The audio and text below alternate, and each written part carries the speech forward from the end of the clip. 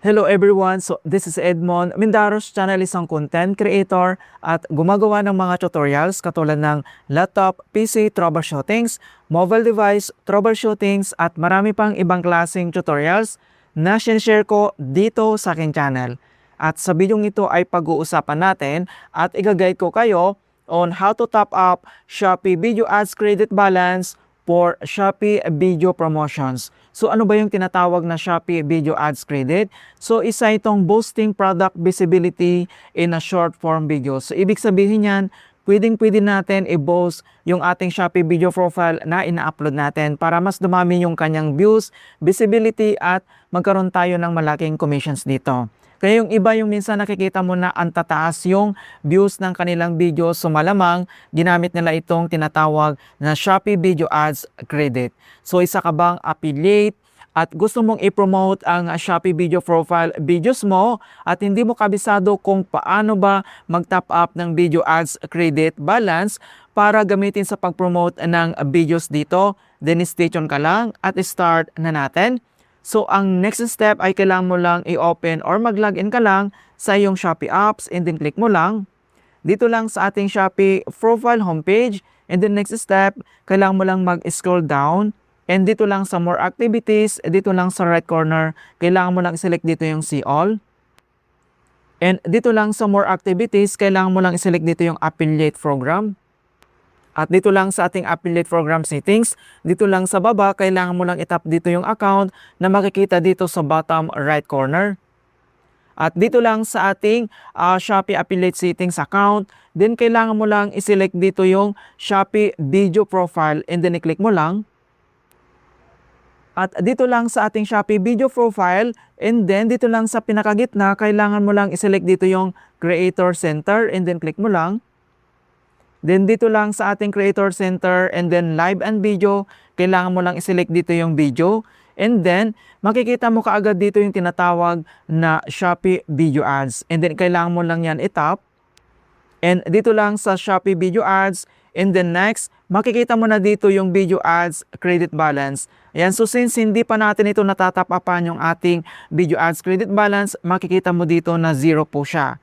Ayan, so dito lang sa right corner, makikita mo dito yung top up and then kailangan mo lang i-click yan.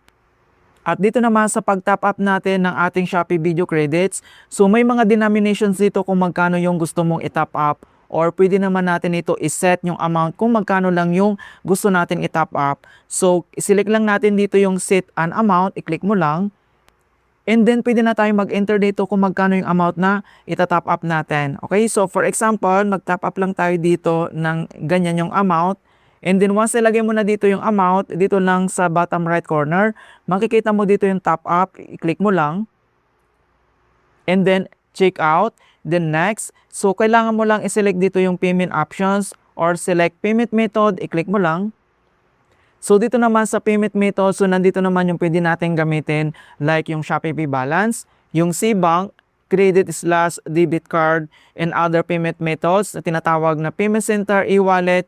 I-click mo lang dito yung arrow na yan. Nandito naman yung pwede mong gamitin like 7-Eleven, Lowiller, GCash, ayan, so SM Bells Payment, Coin.ph Wallet, Cebuana, Robinson, EasyPay, Palawan at marami pang iba. Ayan, so dito sa other payment methods, over the counter, online payment, pwedeng-pwede naman.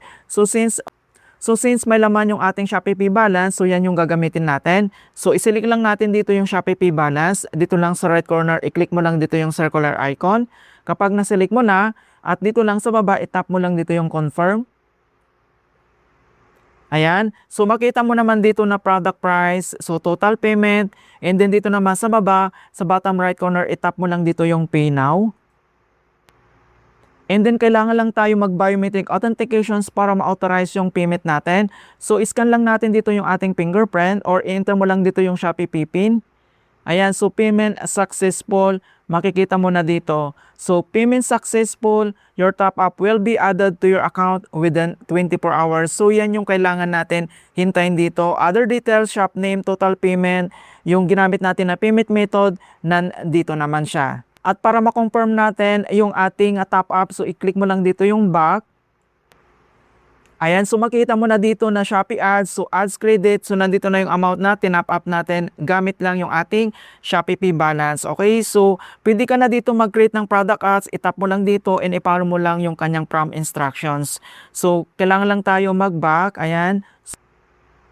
And makikita mo na dito na yung video ads credit balance nandito na siya. So pwede na natin itong gamitin sa videos natin. Ayan, in the next videos natin ituturo ko kung paano ba natin gamitin yung ating video ads credit balance dito. Ayan, in hope na nakapagbigay ako ng konting kalaman at guide tungkol sa Shopee app tutorials. Thank you guys and see you in my next tutorials.